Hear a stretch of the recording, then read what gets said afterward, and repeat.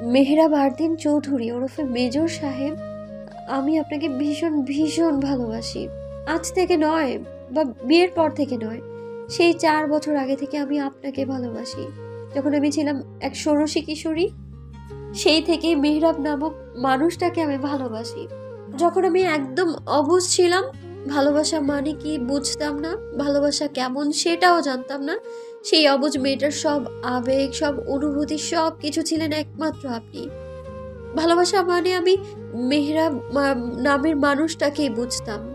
আপনার দেয়া কখনো হাসি খুশি, কখনো অভিযোগে ভরা চিঠিগুলো পড়তে পড়তে কখন যে আপনাকে ভালোবেসে ফেলেছি বুঝতেই পারিনি আমি। স্বপ্ন ছিল আপনার জন্মদিনে সারপ্রাইজ দেব, স্বপ্ন স্বপ্নই থেকে গেল। 4টা বছর পাগলের মতো হন্যে হয়ে মেহরাব নামক মানুষটাকে খুঁজেছি, কিন্তু কোথাও পাইনি। তাকে পাওয়ার আশায় কত শত মিথ্যে বলে একের পর এক বিয়ে ভেঙেছি, নিজের মায়ের কাছে খারাপ হয়েছি, তারপরেও শেষ রক্ষা হয়নি। হুট করে একদিন আপনার সাথে বিয়ে হলো। ভেবেছিলাম আপনাকে সবকিছু বলে ডিভোর্স দিয়ে আমি সেই মানুষটাকে পুনরায় খুঁজবো, অথচ আমি জানতামই না যাকে পাবার আশায় নিজের বিয়ে করা স্বামীকে ডিভোর্স দেওয়ার সিদ্ধান্ত নিয়েছি, সেই স্বামী রূপে মানুষটাই হচ্ছে আমার সন্ধানকৃত প্রেমিক পুরুষ। 1 সপ্তাহ আগে যখন জানতে পারি আপনি পাখির মেহরাব ভাইও আমার মেহরাব, সেই থেকে নিজেকে সুখী সুখী মানুষ অনুভব করছিলাম আমি। কিন্তু আমি আমি জানি আপনি অন্য কাউকে ভালোবাসেন, জানা সত্ত্বেও আমি আপনাকে ভালোবাসি জানিয়েছি, কারণ আমি আর না পারছি না। আমি নিজের মাঝে সবটা না ধামাচাপা দিয়ে রাখতে হচ্ছে। আমার মনে হচ্ছে প্রতিনিয়ত দম বন্ধ হয়ে আসছে, আমার নিঃশ্বাস নিতে কষ্ট হচ্ছে আমার। তাই আর থাকতে না পেরে সবটা জানিয়ে দিয়েছি আমি। বিশ্বাস করুন, আমি আপনাকে বলছি না যে আপনার ভালোবাসার মানুষটিকে ভুলে আমাকে ভালোবাসতে হবে। এখন যেহেতু আপনার বউ হয়েই গিয়েছি, তাই প্লিজ আমায় ছেড়ে যাবেন না। আমাকে ভালোবাসতে হবে না, শুধু স্বামী হিসেবে পাশে থাকুন, এইটুকুই চাওয়া আমার।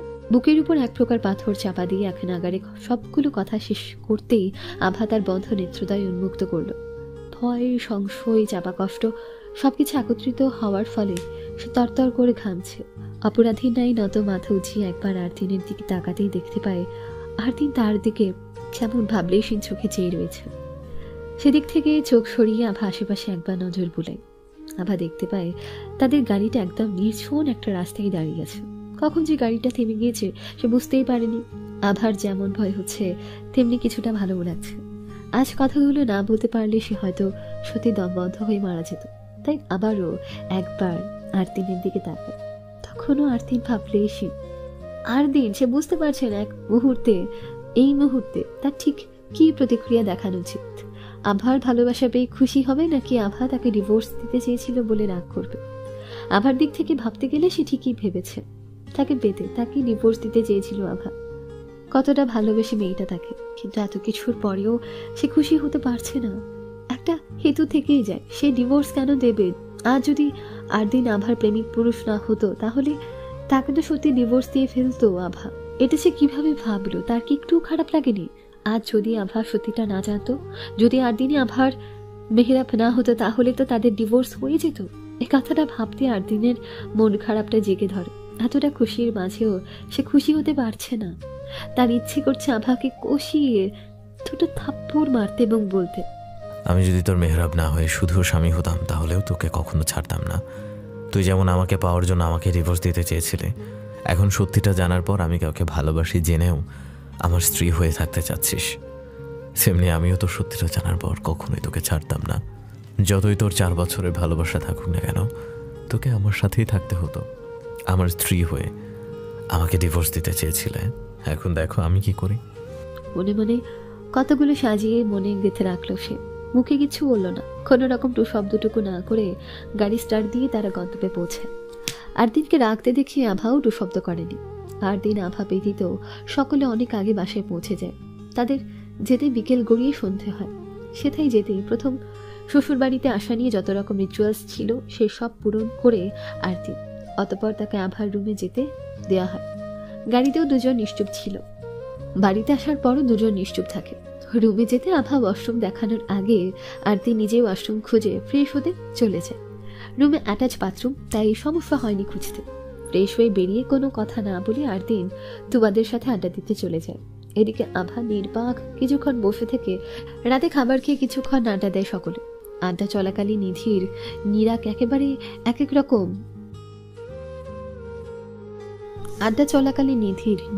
এক একবার এক এক রকম কৌশল প্রয়োগ করে জ্বালাতে ভোলেনি। কখনো ধমকিয়ে ভয় দেখিয়েছে, কখনো ইশারায় ভয় দেখিয়েছে, কিংবা চোখ মেরে। বেচারি নীরা পুরোটা সময় নিধিরের জ্বালা সহ্য করে গেছে। আজ সে নিজেকে নিয়ে একটাই প্রশ্ন করছে বারংবার, নীরা, তুই কেন একটু চালাক হলি না? এতটাই ইন্ট্রোভার্ট কেন হতে হলো তোকে? না হয় আজ নিধিরকে যোগ্য জবাব দিতে পারতি, ভয়ও পেতিস না। বরাবরের মতো সিয়াম নিজেকে বাঁচাতে যতটা সম্ভব আফির থেকে দূরত্ব বজায় রেখে চলেছে। আড্ডা শেষ হতে যে যার রুমে যাচ্ছিল শুধু। হঠাৎ সিয়ামের সামনে আফির এন্ট্রি। আফির এহেন আকস্মিক আবির্ভাবে সিয়াম বেশ ঘাবড়ে যায়। আফিকে দেখা মাত্র শান্ত বাচ্চা নেয় সুধায়, কিছু বলবেন আপু? এদিকে জামাইয়ের বয়সী ছেলের থেকে হঠাৎ আপু ডাক শুনে আফি থমথমে খেয়ে যায়। মেয়েরা ছেলেদের ভাইয়া ডাকতেই পারে, ইটস নর্মাল, বাট ছেলেরা মেয়েদের আপু ডাকবে, ইটস ভেরি ভেরি অ্যাবনর্মাল। ডাকটা যেন মুহূর্তে মাথা চাড়া দিয়ে উঠল তার। নাকি ডগা ফুলিয়ে বলল, ওই মিয়া, লজ্জা করে না আপনার? বইয়ের বয়সী একটা মেয়েকে আপু ডাকতে? আমাকে আপনার আপু লাগে? ঠিক কোন দিক থেকে আপু লাগে? সব দিক থেকে আপু, আমি আসছি। দাঁড়ান, সব দিক থেকে আপু কেন লাগে? বউ কেন লাগে না? এইসব কি বলছেন আপনি আপু? বউ কেন লাগবে? কেন লাগবে না? অবশ্যই লাগা উচিত।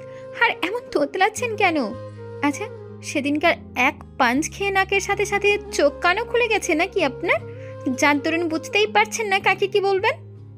সরি আপু, আর কখনো বলবো না, যেতে দেন প্লিজ। আবারও আপু? একে তো। আরো কিছু বলবে তার আগে সিয়াম দৌড়ে পালায়। সিয়ামের কর্মকাণ্ডে আফি হতভম্ব, কিচ্ছুই বুঝতে পারছে না সে। ভাবলো চান্দুকে কাল সকালে ধরবে, সাথে কিছুটা টাইট দেওয়া প্রয়োজন বোধ করলো। আভা আর দিন এখনো মৌন ব্রত পালন করে যাচ্ছে, কেউ কারোর সাথে কথা বলছে না। আভা চেষ্টা করেছিল কথা বলতে, কিন্তু পারেনি। আর দিন সেই সুযোগ দেয়নি। আজ রাতে আভাকে বর্ডার তৈরি করার প্রয়োজন পড়ল না, কারণ আর দিন আগে থেকে তৈরি করে রেখেছিল। অতঃপর দুজন চুপচাপ ঘুমিয়ে পড়ে। সকালে যথারীতি ঘুম থেকে উঠে ব্রেকফাস্ট শেষ করে সকলে মিলে ঠিক করে আজ তারা শপিং করতে যাবে, সেখান থেকে খাওয়া দাওয়া, তারপর কিছুক্ষণ ঘোরাঘুরি করে বিকেলে একদম বাসায় ফিরবে। যে ভাবা সেই কাজ। সকলে শপিং মলে শপিং করতে যায়। নীরা, তুবা, আফি তিনজন গার্লস কালেকশন দেখছে, নিধি সিয়াম বয়েজ কালেকশন দেখছে। এদিকে আর দিন আভার জন্য কিছু শাড়ি কিনতে অন্য একটা দোকানে যায়। মাঝখানে আভা একা পড়ে রয়। এই মুহূর্তে তার চকলেট খেতে ইচ্ছে করছে, বিধায় আভা চকলেট কিনতে যাচ্ছিল। হঠাৎ কারোর সাথে ধাক্কা লাগতে সে নিচে পড়ে যায়। মাথা উঁচিয়ে যা দেখে তাতেই আভার পুরনো ভয়টা যেন ডালপালা গুজিয়ে তরতর করে বেড়ে ওঠে। কেমন আতঙ্কিত হয়ে সামনে থাকা মানুষটার দিকে তাকিয়ে থাকে, যেন এই মুহূর্তে চোখের সামনে কোনো জমদূতকে দেখতে পারছে আভা। মিনহাসুল শেখ এসেছিলেন মুনার জন্য কিছু শপিং করতে। শপিং শেষে মেয়ের জন্য চকলেট কিনতে যাবেন, হঠাৎ করে ওনার একটা মেয়ের সাথে ধাক্কা লাগে এবং তাতে মেয়েটা নিচে পড়ে যায়। তিনি মেয়েটাকে সরি বলেন। তাকে সাহায্য করার উদ্দেশ্যে হাত বাড়িয়ে তুলতে যাবে, দেখলো মেয়েটা কেমন ভীতিকর দৃষ্টিতে তাকিয়ে আছে তারই দিকে। তা দেখা মাত্র তিনি ভ্রুকুচকে নিলেন। কিছু ভেবে মেয়েটাকে বেশ শান্ত এবং আশ্বস্ত সুরে বললেন, ভয় পেও না সুইটহার্ট, কিচ্ছু হয়নি। আমি তোমার আঙ্কেলের মতো, দেখি হাতটা ধরে উঠে আসো। বলে তিনি মেয়েটার হাত ধরতে যাবেন। তার আগেই মেয়েটা বসা থেকে কোনো রকমে নিজের কম্পিত দেহটাকে উঠিয়ে তৎক্ষণাৎ দৌড়ে পালায়। মেয়েটার এহেন কাছে মিনহাসুল শেখ কিংকর্তব্য বিমূঢ় তাকিয়ে রইলেন মেয়েটার যাওয়ার পানে। তিনি বুঝতে পারলেন না মেয়েটার এমন বিহেভিয়ারের মানে। তারপর আপন মনে বিড়বিড় করল, স্ট্রেঞ্জ গার্ল। 6 জোড়া চোখ এক জনেতেই নিবদ্ধ। সকল উদ্বিগ্ন হয়ে আছে আসল ঘটনাটা জানার জন্য। 6 জন মানুষ তখন থেকে এক সুরে প্রশ্ন করে যাচ্ছে, কি হয়েছে, অথচ যাকে ঘিরে এত প্রশ্ন সে মানুষটা নির্বাক, নির্বোধ। সে তার প্রিয়তম স্বামীর বক্ষস্থলে খাপটি মেরে পাখির ছানার ন্যায় গুটিয়ে রয়েছে। সে সঙ্গে অনবরত কাঁপছে। সর্বাঙ্গ হতে ঘর্মাক্ত কিছু বেরিয়ে পড়ছে। মনে হচ্ছে জমদূত তাকে নিয়ে যেতে এসেছে, কিন্তু সে যাবে না, কিছুতেই যাবে না। শপিং মলে যখন ধাক্কা লাগা দরুন আভার নিচে পড়ে যায় এবং বসা থেকে উঠতে যাবে, আকস্মিক সামনে থাকা লোকটাকে দেখে আভা চমকে ওঠে। এত বছর বড় লোকটাকে চিনতে বিন্দুমাত্র ভুল করেনি আভা। হ্যাঁ, এই সেই মানুষটা যিনি এই মুহূর্তে ঠিক আভার সামনে দাঁড়িয়ে আছেন। তিনি মেয়েকে খুন করেছে। 4 বছরের ব্যবধানে লোকটার সামান্য বয়স বেড়েছে, কিন্তু সে একই চেহারা, একই ভাবভঙ্গি রয়ে গিয়েছে। সে ভুলেনি। কি করে ভুলবে? ভুলবার মতো কি ছিল সেদিনের সেই বীভৎস ঘটনাটা? এই লোকটার কারণেই আজ আভা তার প্রিয় মানুষটাকে হারিয়েছে। আর নিধির হারিয়েছে তার মেঘকন্যাকে। মা বাবা 4টা বছর চোখের পানি ফেলেছেন। তাকে কি করে ভুলে যাবে সে? লোকটাকে দেখতে আবার পুরনো ভয়টা জেগে ধরে। এক মুহূর্তে সময় ব্যয় না করে তৎক্ষণাৎ আরদিনের উদ্দেশ্যে ছুটে আভা। সেখানে যেতেই দেখলো আরদিন তার জন্য শাড়ি কিনছে। সেসব পরোয়া না করে সে এক ছুটে গিয়ে আরদিনকে জাপটে জড়িয়ে ধরে। আকস্মিক এমন জড়িয়ে ধরাতে আরদিন কিছুটা থতমত খেয়ে যায়। এদিকে শপিং মলের সমস্ত লোক তাদের দিকে তাকিয়েছে। ফলত আরদিনের অস্বস্তি বেড়ে যায়। আভাকে কোনোভাবে বুঝিয়ে ছাড়ানোর চেষ্টা করবে, কিন্তু আভা ছাড়ানোর বদলে উল্টো আর শক্ত করে জড়িয়ে ধরে। আরদিন ভেবেছিল কাল থেকে কথা বলছে না বলে তার রাগ ভাঙাতে আভা এমনটা করেছে। তাই সে আভাকে ধমকিয়ে বলে, অন্বেষা, কি করছো এসব? এটা শপিং মল, এখানে এসব না করলে পারো। ছাড়ো, আমার অস্বস্তি লাগছে। আরদিন যখন এসব বলছিল তৎক্ষণাৎ অনুভব করলো আভার কোনো সারা শব্দ করছে না, কেমন একটা নীরব হয়ে আছে।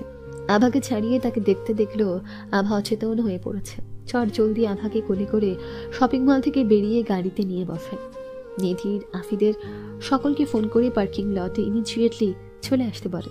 ফোনটা কেটে অনেকক্ষণ যাবত আভার চোখে মুখে পানি ছিটাই আরদিন, কিন্তু আভা কোনো রকমের রেসপন্সই করে না। তাতে বেশ ঘাবড়ে যায়। দেরি করা ঠিক হবে না ভেবে আরদিন তৎক্ষণাৎ আফিদের রেখে গাড়ি ঘুরিয়ে নেয় গন্তব্য ডাক্তারের চেম্বার। ডাক্তার আভাকে চেক আপ করে জানান, অতিরিক্ত শক পাওয়ার কারণে রোগী অচেতন হয়ে গিয়েছে। ডোন্ট ওয়ারি, আমি একটা ইনজেকশন পুশ করে দিচ্ছি, কিছুক্ষণের মাঝে জ্ঞান ফিরে আসবে। ডাক্তারের কাছ থেকে ফিরে আভাকে ডিরেক্ট বাসায় নিয়ে এসে রুমে শুয়ে দেয় আরদিন। গাড়িতে থাকাকালীন আফিদের ফোন করে বলেছিল একেবারে বাসায় চলে আসতে। আভাকে নিয়ে সে বাসায় চলে এসেছে। আফি বার কয়েক জিজ্ঞেস করেছিল, জিজু কি হয়েছে? আপনি ঠিক আছেন তো? আবার কিছু হয়েছে কি? আরদিন কোনো প্রকার জবাব না দিয়ে বাসায় আসার নির্দেশ করে বলে, সকলে আগে বাসায় আসো, তারপর সব বলছি। আধ ঘন্টা পর আফিরা সকলে এসে পৌঁছায় বাসায়। রুমে ঢুকতেই দেখে আভা শুয়ে আছে। আরদিন এবং আভার মা বিছানার এক কোণে চিন্তিত মনে বসে আছে। নিধির প্রথমে জিজ্ঞেস করে, ভাইয়া, ভাবি আপু এভাবে শুয়ে আছে কেন? সে কি অসুস্থ? একে একে সকলে একই প্রশ্ন করে। জবাবে আরদিন শুধু এটুকু জানায়, তোরা যেমন কিছু জানিস না তেমনি আমিও কিছু জানি না। তারপর শপিং মল থেকে শুরু করে ডাক্তারের চেম্বারে যাওয়া সবটা ডিটেলসে খুলে বলল আরদিন। সেই থেকে সকলে চিন্তিত হয়ে আভার পাশে বসে আছে। প্রায় 1.5 ঘন্টা পর আভার জ্ঞান ফিরে। জ্ঞান ফিরতে আভার আশেপাশে তাকিয়ে আরদিনকে খুঁজতে যাবে, দেখলো আরদিন তারই পাশে বসে আছে। আরদিনকে দেখা মাত্র কারো দিকে নজর না দিয়ে ঝাঁপিয়ে পড়লো আরদিনের বক্ষস্থলে। সেই থেকে এখন পর্যন্ত একই ভঙ্গিতে বসে আছে। আরদিন বুঝতে পারছে না আভার কি হয়েছে। মেয়েটার পুরো শরীর অনবরত কেঁপেই যাচ্ছে, ঘামে পুরো শরীর সিক্ত হয়ে আছে।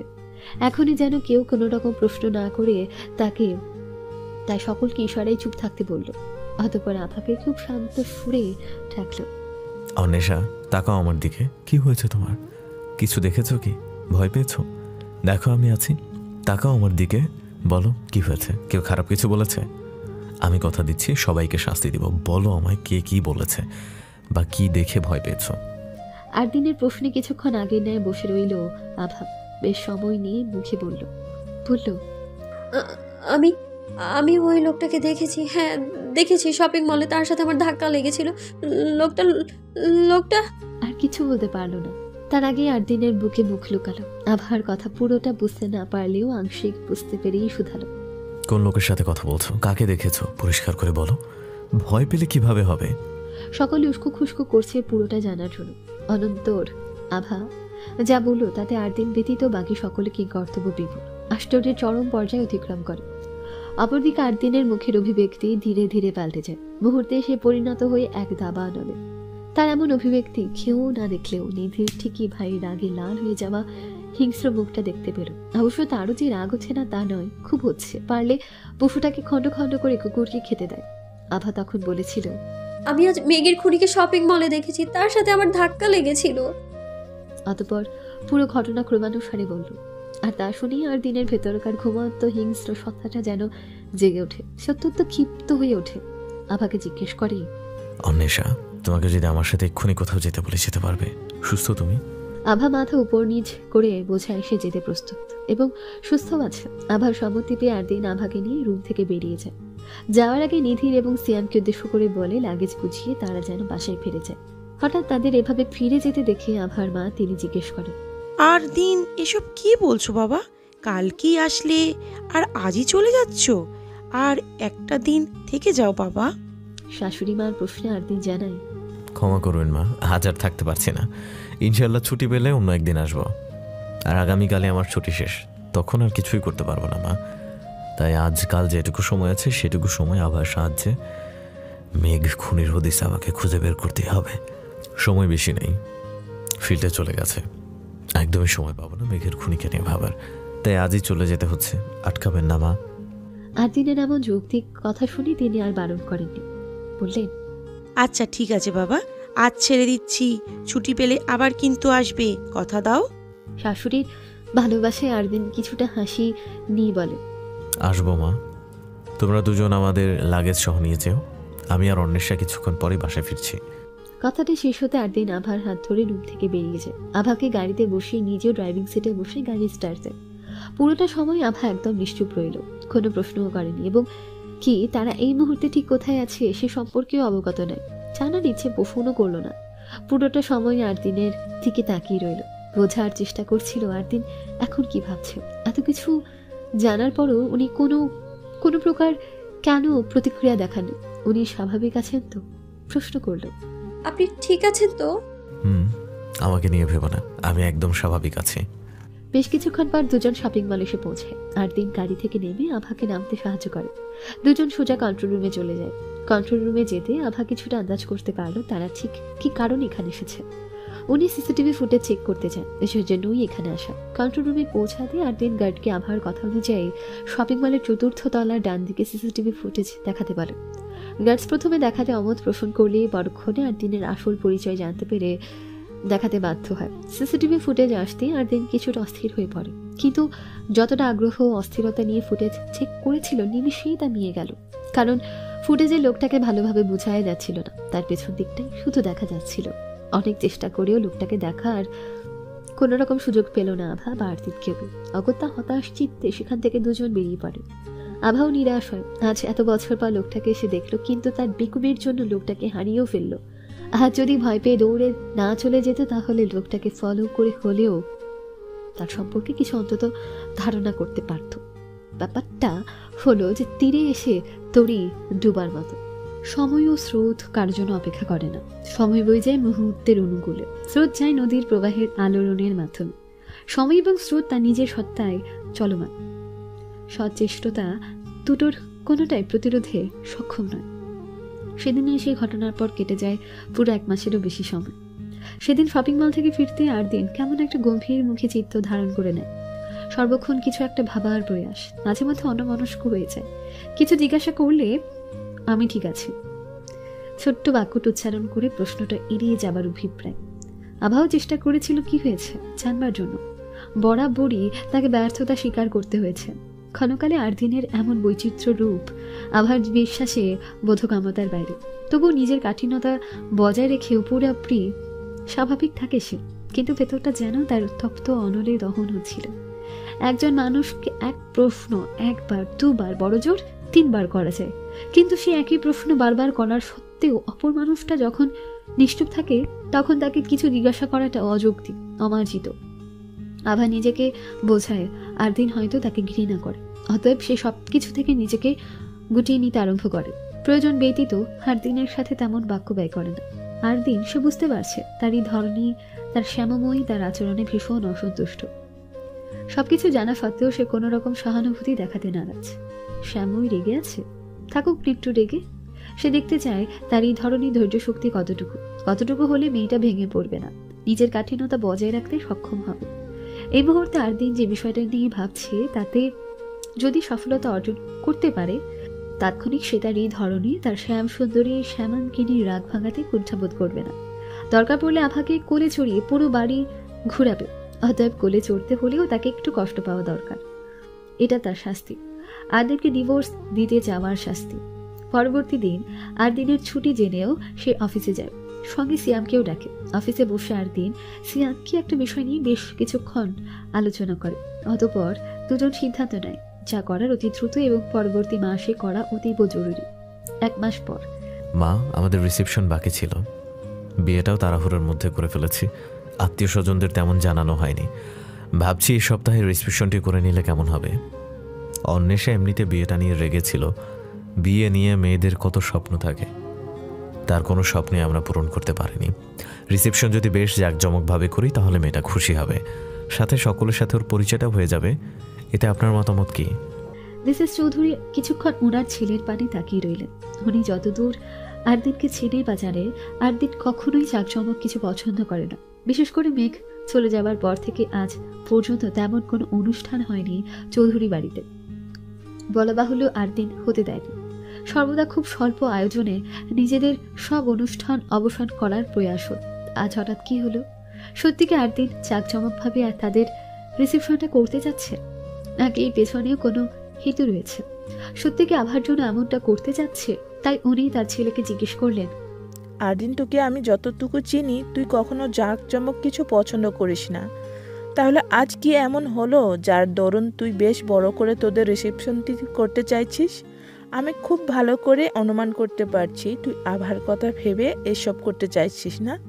এর পিছনে নিশ্চয়ই বড় কোনো কারণ রয়েছে। আমি তোকে খুব ভালো করে চিনি, জানি। আমি তোর মা হই আরদিন, তাই আমার থেকে কিচ্ছু লুকাস না। কি যে বলছো তুমি মা? কি কারণ থাকবে? কোনো কারণ নাই। অন্বেষার জন্যই তো অনুষ্ঠানটা করতে যাচ্ছি। তুমি আমার অন্বেষার দুজনের সম্পর্কে জানো। মেয়েটা যেমন আমাকে ভীষণ ভালোবাসে, আমিও তেমনি ওকে ভীষণ ভালোবাসি, কিন্তু আজও প্রকাশ করিনি। 1 মাস আগে সেদিনে সেই ঘটনার পর অন্বেষা কেমন চুপচাপ হয়ে পড়েছে। আমার উপরও ভীষণ রেগে আছে, তাই ভাবছি ওকে সারপ্রাইজ দিব। আর কোনো কারণ নেই। সরি মা, তোমাকে আমি এখন সত্যিটা বলতে পারবো না। তুমি ঠিকই ধরেছ, তোমার আরদিন কারণ ব্যতীত কিছুই করে না। খুব তাড়াতাড়ি সত্যিটা জানতে পারবে। আচ্ছা যা, মেনে নিলাম তুই আভার জন্য এসব করছিস। এখন বল তোর ছুটি কদিন? আর এখন আবার বলিস না 2-1 দিন, তাহলে মেরে পিঠের ছাল তুলে ফেলবো। তোকে বছরে 2 দিন আমি শান্তি মতন কাছে পাই না। জানিস, আগে যখন জানতাম না তুই কি করছিস, তোর পেশা কি, কেন তুই বছরের বেশি দিন বাইরে থাকতিস, তখন আমার তোকে নিয়ে সবসময় সন্দেহ হতো। ভাবতাম কি এমন কাজ করিস যার জন্য তুই বছরে 2 দিন ছুটি পাস না। তোর বিয়ের আগের দিন রাতে যখন জানলাম তুই আর্মি মেজর, বিশ্বাস কর আমি স্তম্ভিত হয়ে পড়ি। আরদিনের বিয়ের 3 দিন আগের রাত। মা, বাবা, আসবো? খাওয়া দাওয়া শেষ করে মিসেস অ্যান্ড মিস্টার চৌধুরী সবেমাত্র রুমে এসেছিলেন ঘুমাতে। মিসেস চৌধুরী বিছানা ঠিক করছিলেন, মিস্টার চৌধুরী বই পড়ছিলেন। হঠাৎ আরদিনের আগমনে তিনি বেশ অবাক হন। সচরাচর আরদিন তার বাবা মার রুমে তেমন আসে না, বিশেষ কারণ ব্যতীত। তাই মিসেস চৌধুরী বলে, ওদিকে কেন দাঁড়িয়ে আছিস? ভেতরে আয়। মা বাবার রুমে আসতে অনুমতি লাগে নাকি পাগল ছেলে? অনুমতি লাগে না, কিন্তু একান্তই আপনাদের বেডরুমে অনুমতি ছাড়া আসাটা যথাযথ নয়। যতই আপনারা আমার বাবা মা হন, পিতামাতা যেমন সন্তানের প্রাইভেসির খেয়াল রাখে, সন্তানেরও তো উচিত পিতামাতার প্রাইভেসির দিকটা নজর রাখা। তাই অনুমতি নিয়ে প্রবেশ করা উচিত। আচ্ছা, এখন তো আসো, বসে কথা বলো। আরদিন রুমে প্রবেশ করে। বাবার পাশে বসে কিছুক্ষণ বাবা মার দিকে তাকিয়ে থাকে। সে যে কথাটা বলতে এসেছে তা শুনে মা বাবা কেমন রিয়্যাক্ট করবে তা ভাবতেই হঠাৎ কেন যে তার লজ্জা কাজ করলো। না বলেও উপায় নেই, অগত্যা সে বলল, জি বাবা। মা, বাবা, আপনাদের দুজনকে আমার কিছু কথা বলার ছিল, অনুমতি দিলে বলতে পারি। আরদিনের মা বাবা দুজনে একে অপরের দিকে চাওয়াচাই করলো। অতঃপর বললেন, বলো কি বলতে চাও? আসলে মা, আমি একজনকে খুব পছন্দ করি। তাকে 2 দিনের মাঝে বিয়ে করতে চাচ্ছি, কারণ 4 দিন পর আমাকে মিশনে চলে যেতে হবে। আমি চাচ্ছিলাম বিয়েটা করে মিশনে যেতে। আপনারা কি বলেন? কথা বলার পুরোটা সময় আরদিন নিচের দিকে তাকিয়েছিল। আরদিনের কথা শুনে মিসেস অ্যান্ড মিস্টার চৌধুরী আবারও দুজনের দিকে কিছুক্ষণ তাকিয়ে থাকেন। হঠাৎ দুজন এক সুরে হেসে উঠলেন। আরদিনের মা বললেন, আমার ছেলের দেখছি সুমতি হয়েছে, বিয়ের জন্য রাজি হয়েছে। আমি তো ভয়ে ছিলাম কখন না বলে বসে। মা, আমি এ জীবনে বিয়ে টিয়ে করছি না, চিরকুমারের পথ বেছে নিয়েছি। যাক, ভালোই হয়েছে তুমি বিয়ের জন্য রাজি হয়েছ। আমরা ভীষণ খুশি। তুমি যাকেই পছন্দ করো তার সাথে বিয়ে হবে। আরদিনের বাবা, কিন্তু কে সেই ভাগ্যবতী? যে তোমার মন জয় করে নিয়েছে? বাবার কথা শুনে আরদিনের লজ্জা যেন দ্বিগুণ হলো। বলল, বাবা, আমি তাকে দেখি নাই, কিন্তু নিধিরের থেকে শুনেছি যে শ্যামবর্ণের। অতঃপর আভার সম্পর্কে সবকিছু খুলে বলে। সাথে এটাও বলে বিয়েতে আভার মা বাবা রাজি। মা, আমি জানতাম আপনারা আমার সিদ্ধান্তে কখনো না করবেন না, সেজন্য প্রথমে অন্বেষার মা বাবাকে রাজি করিয়েছি। এখন আপনাদের বলছি। আরদিনের বাবা বললেন, দারুণ, আমার ছেলে দেখি বেশ চালাক। মা বাবা রাজি, তবে শতভাগ নিশ্চিত জেনেই সে আগেই মেয়ের বাবা মার মন জয় করে নিয়েছে। কিন্তু তুমি তাদের মানালে কিভাবে? কোনো সমস্যা করেনি তারা? সে এক কাহিনী, অন্য একদিন সময় করে বলবো বাবা। সবই তো বুঝলাম, কিন্তু তুই কিসের জব করিস, কিসের মিশনে যাবি তুই, সেটা তো বললি না। কি করছিস তুই? খারাপ কিছু নয় তো? তুই কখনো আমাদের বলিসনি তোর পেশা কি? জববিহীন তোর কাছে ওনারা মেয়ে বিয়ে দিতে রাজি হয়ে গেলেন। না মা, ওনারা জানেন আমি খারাপ কিছু করি না। সকলের থেকে লুকিয়েছি, তার কারণ আছে, কিন্তু কি সেটা এই মুহূর্তে বলতে পারবো না। তবে খুব তাড়াতাড়ি সত্যিটা জেনে যাবে। আমি চাই না অন্বেষা এবং আমাদের এই দুই পরিবার ব্যতীত আর কেউ জানুক আমার পেশা কি। সময় হলে আমিই বলবো সবাইকে। আরদিনের সেদিনকার কথা শুনে মিস্টার অ্যান্ড মিসেস চৌধুরী স্তম্ভিত হয়ে পড়েন। মা, আমার জবটা সরকারি জব এবং আমি একজন দায়িত্ববান অফিসার। আমার দায়িত্ব কর্তব্য অনেক। খুব বেশি দরকার না পড়লে ডিপার্টমেন্ট থেকে সচরাচর তেমন ছুটি পাই না। তুমি তো জানো, গত মাসে অসুস্থ ছিলাম বলে 3 দিন ছুটি পেয়েছিলাম। এই সপ্তাহে রিসেপশনের জন্য 2 দিন ছুটি দিয়েছেন কর্নেল। যত দ্রুত সম্ভব রিসেপশনের ব্যবস্থা করে নিতে পারলে ভালো হতো। আজ মঙ্গলবার, শুক্রবার রিসেপশন হবে। 2 দিনে যা যা করতে হবে তোমরা সকলে মিলে করে নাও। মা, আফি, নীরা, তুবাদেরকেও নিয়ে এসো। সকলে মিলে সব কাজ দ্রুত করে নেবে। সবচেয়ে গুরুত্বপূর্ণ বিষয় হচ্ছে আমন্ত্রণ করা। বাবাকে বলবে সকল আত্মীয়দের আমন্ত্রণ করতে। সকলকে মানে সকলকে, কেউ যেন বাদ না পড়ে। আমাদের যত পরিচিত আত্মীয় স্বজন আছে সকলকে খুঁজে খুঁজে আমন্ত্রণ করবে। ছোট মামাকে যেভাবেই হোক উপস্থিত থাকতে বলবে। শুক্রবারে যেন ওনাদের কোনো কাজ না থাকে। বলবে 8 দিনের বিশেষ অর্ডার। মামা সর্বাক্ষণ শুধু কাজ আর পলিটিক্স নিয়ে পড়ে থাকে। আজ 1 মাস হতে চলো, উনি একদিনও আমাদের বাড়িতে আসার সময়ই পান নাই। মাঝখানে মুনা একটা বিচ্ছিরি কাজ করে গেছে, তার জন্য কিছু বলতে পারছি না। শুক্রবারে মামার কোনো মিটিং রাখতে মানা করবে। আমি অন্বেষাকে নিয়ে 2 দিনের জন্য কোয়ার্টারে চলে যাচ্ছি। রিসেপশনের দিন একদম প্রিপেয়ার হয়ে দুজন একসাথে আসবো। অতঃপর কি কি করতে হবে তার মাকে সব বুঝিয়ে আরদিন মিসেস চৌধুরীকে বিদায় জানিয়ে সেখান থেকে প্রস্থান করে। অনন্তর মিসেস চৌধুরীও ছেলের কথা অনুযায়ী ওনার স্বামীকে অফিস থেকে ফোন করে বাড়িতে আসতে বলেন। প্রচুর কাজ বাকি। আভা মন খারাপ নিয়ে বসে আছে। তার সবকিছু কেমন বিষাদ লাগছে, কোথাও একটু স্বস্তি নেই। আরদিনের নির্দেশ অনুযায়ী আভা আজ 1 মাস যাবৎ ভার্সিটি যাচ্ছে। নিধির ভার্সিটিতে গিয়েছে, আজ তার যেতে ইচ্ছে করছে না, তাই সে বাড়িতেই রয়ে যায়। বারান্দায় দোলনিতে বসে আভা আরদিনকে নিয়ে ভাবছিল। সে সব জেনে গিয়েছে। আরদিনও তাকে ভালোবাসে। বিয়ে আগে এবং বিয়ের পরে যে 2টো বেনামি চিঠি পেয়েছিল সেগুলো আরদিনের দেওয়া চিঠি সে জেনে গিয়েছে। বুঝতে পারছে না আরদিন যদি তাকে ভালোবেসেই থাকে তাহলে তাকে অবহেলা কেন করছে, আর কবে থেকেই বা তাকে ভালোবাসে। আরদিন কি তাকে আগে কোথাও দেখেছে? 2 দিন আগে রাতে স্টাডি রুমে পড়ার জন্য নিধির আভা পড়তে এসেছিল। এ বাড়িতে স্টাডি রুম আলাদা, সেথায় একপাশে একটা পড়ার টেবিল, সাথে 3টে চেয়ার মাত্র। বাকি রুম জুড়ে রয়েছে শেলফ ভর্তি ঠাসা ঠাসা বই। আরদিনের ফ্যামিলির একমাত্র নিধির ব্যতীত সকলেই বই পড়তে বেশ পছন্দ করে। মেঘ চলে যাবার পর থেকে মিসেস চৌধুরী ভীষণ একা হয়ে পড়েন। মিস্টার চৌধুরী, আরদিন, নিধির 3 জনই ছেলে। তাদের কারো কাজ থাকে, কেউ বা কলেজে ভার্সিটি চলে যায়। বাড়িতে তিনি একা রয়ে যান। তাই একাকিত্ব কাটাতে বইকে সঙ্গী হিসেবে বেছে নেন। সেই থেকে উনি একজন খাঁটি বই পোকা। স্টাডি রুমে 3টা বুকশেলফ, একটাতে আরদিনের পড়া যত বই, বাকি 2টো মিসেস অ্যান্ড মিস্টার চৌধুরীর জন্য।